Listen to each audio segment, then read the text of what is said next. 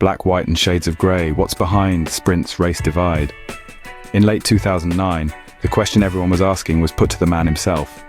What made Usain Bolt, an era-defining champion of immense speed and consummate ease at just 23, so fast? Bolt cited his God-given talent, while crediting a diet that ranged from ultra-processed chicken nuggets to the Jamaican staple of yams. But he also pointed to the cruelties of man. "I think over the years what makes Jamaica different is because of slavery, really," he said of his sprinting roots. "The genes are really strong." It is a hypothesis that existed before Bolt's comments and has persisted since, that the barbarity of the slave trade, which forcibly took men, women and children from Africa and exported them into forced labor in the Caribbean, Brazil, the United States and elsewhere, still echoes in modern-day track and field. The theory runs that the unnatural selection of black physical prowess centuries ago affects podium potential today. Not since British sprinter Alan Wells triumphed at the boycott-hit Moscow 1980 Games has a white man made an Olympic or World 100m podium. In fact, it was more than 4 decades after Wells' triumph that China's Su Bingtian became the next man without black parentage to even compete in an Olympic 100m final in 2021. During that time, black sprinters from North America and the Caribbean have claimed 24 out of 30 medals in the men's 100m at the Olympics. But was Bolt right? Does the link between modern glory and a dark past hold true? Or are appearances deceiving? Appearances. Su Bingtian, far left, prepares to compete in the 100m final at the Tokyo Olympics. He finished 6th behind eventual champion Marcel Jacobs, far right, and silver medalist Fred Kerley, 2nd from left. In September 1995, Sir Roger Bannister, the first man to run a mile in less than 4 minutes and an eminent neurologist, stood up to speak at a conference in Newcastle.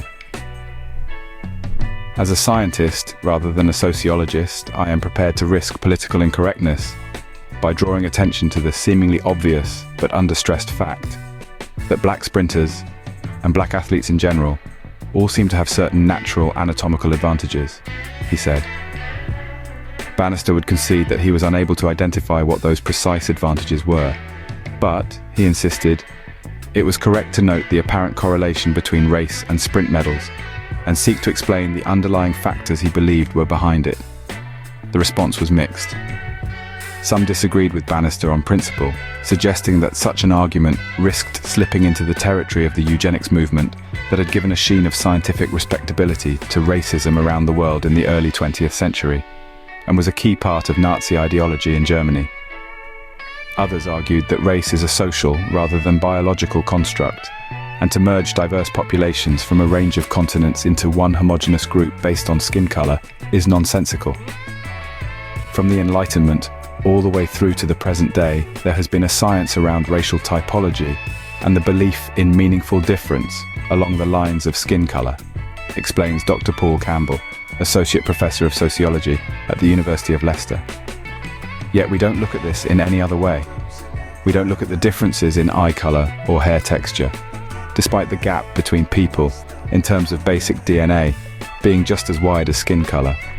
So why is there a fascination with continuing to explain meaningful racial differences? The idea that there is a clustering of a certain group of people in a certain discipline somehow makes people assume there is causality. Roger Bannister, pictured after his landmark sub-4-minute mile in 1954, subsequently became a prominent neurologist and the master of an Oxford University college.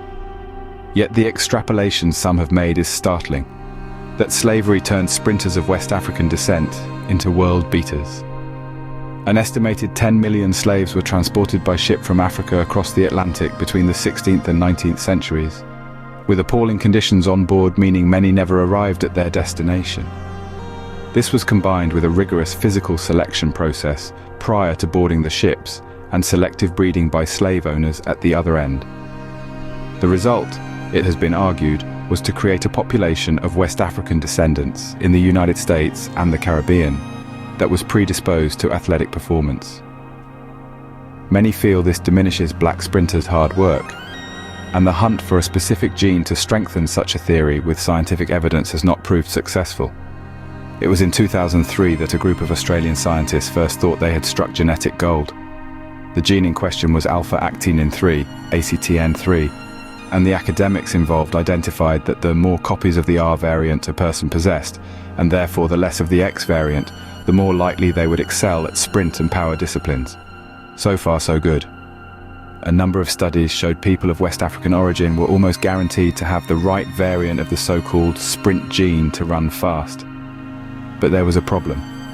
Further testing found virtually all Olympic sprinters of every nationality and ethnicity also possessed it. So did billions of other people. All that ACTN3 can tell us, it seems, is who will not be competing in the 100 m final, wrote David Epstein in his book, The Sports Gene. And it is not even doing a very specific job of that, given that it is only ruling out about 1 billion of the 7 billion people on Earth. Other alternative theories for an apparent racial sprinting divide have also arisen over the years. One disputed study by scientists Adrian Dejean and Edward Jones, published in the International Journal of Design and Nature and Ecodynamics, suggested people of West African origin benefited from a higher center of gravity than white people, providing them a 1.5% advantage over the course of a 100 m race, as they were able to fall to the ground more quickly between strides. Another built on the high prevalence of sprint-aiding fast-twitch muscle fibers, which tire easily but contract quickly among black populations. Scientist Errol Morrison and author Patrick Cooper's controversial hypothesis, published in the West Indian Medical Journal, was that the prevalence of sickle cell trait, a mutation that causes round, red oxygen-carrying blood cells to curl up in a sickle shape, among people of West African origin, had triggered a series of physiological adjustments, which incidentally had favorable athletic consequences. Prime among them was a higher percentage of fast-twitch muscle fibers, which are less dependent upon oxygen. Yet the theory was just that, a theory. No supporting data has ever been produced, and according to scientist Yannis Pitsiladis, it is unlikely it ever will, who won 3 100 m Olympic golds in a stellar career, has previously ascribed some of his sprint prowess to the legacy of slavery in his native Jamaica. In an academic career during which he has conducted research out of universities in Glasgow, Brighton, and now Hong Kong, Pitsiladis has built up the largest known DNA bank gathered from international athletes anywhere in the world. He, more than any scientist globally, has delved deepest into determining whether sporting success can be found in genes.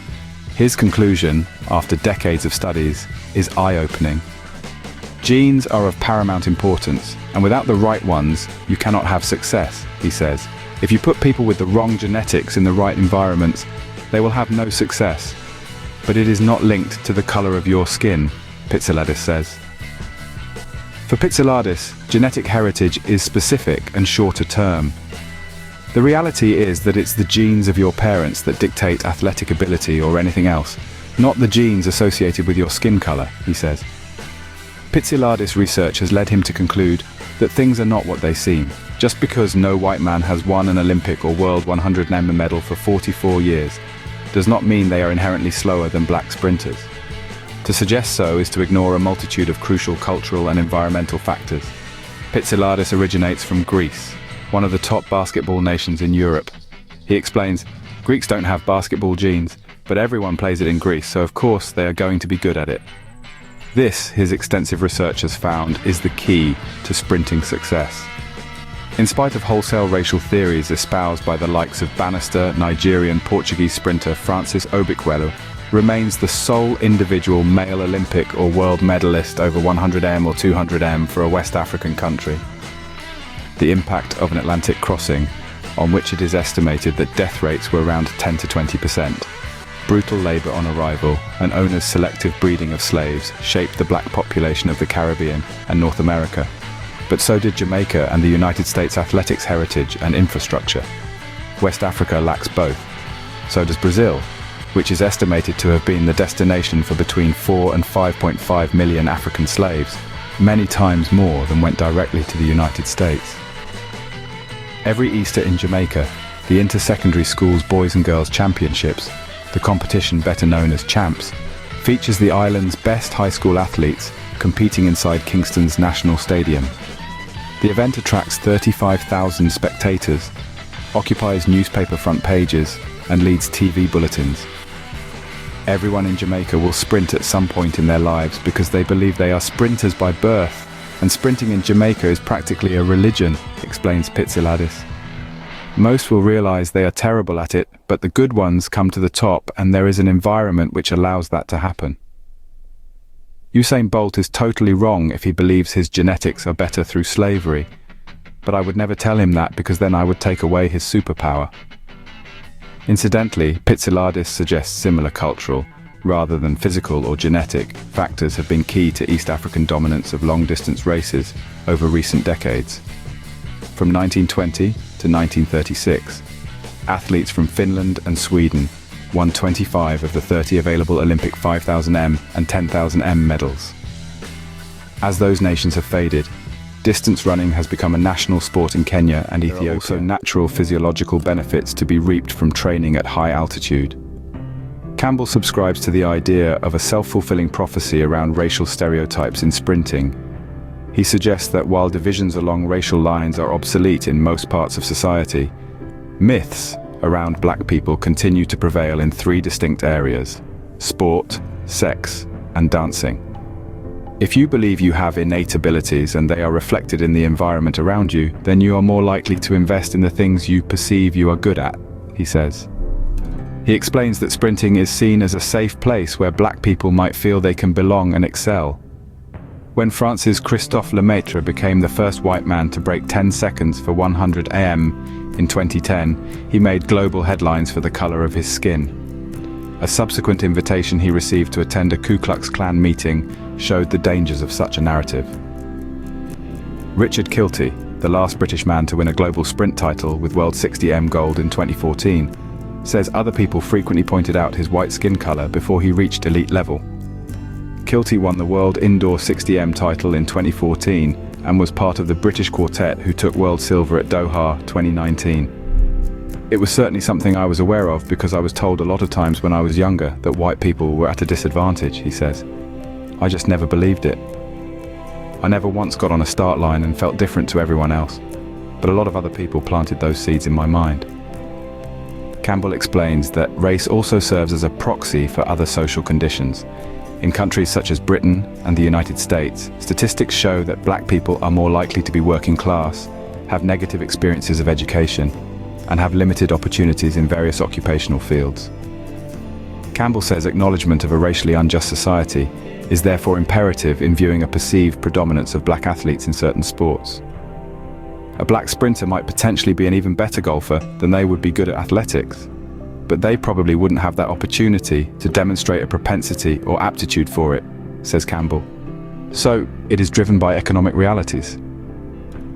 Rather than asking why black people might seemingly be overrepresented in elite running, the more pertinent questions are why relative numbers are so low in skiing, professional sports coaching, or further education. Outliers, of course, exist. University graduate Dina Asher Smith, Britain's most recent global sprint champion, who won World 200m gold in 2019, has spoken of people assuming she is from an impoverished background based purely on her skin color, despite being raised in a stable, financially comfortable family home. The women's sprinting landscape raises further doubts over the veracity of any theories around black racial superiority. While it has produced a broadly similar pattern of medal winners to male sprinting, the Netherlands' 5-time Olympic and world sprint medalist Daphne Schippers is among a number of non-black athletes to make global podiums this century. This January, Pitsiladis conducted a university lecture in Hong Kong where he asked his students, a cohort that included a number of elite athletes aiming for the Olympics, how many believed racial genetics were key to success. 3/4 of the class raised their hands. The implication was that Asians can't sprint as well as black people, he says. It meant they had effectively lost the race in their heads before it had even begun because they believed other people had better genes. They are far from alone. The ubiquity of 3 black athletes standing on a global sprint podium has created a dogma of biological superiority that decades of scientific evidence has so far been unable to support.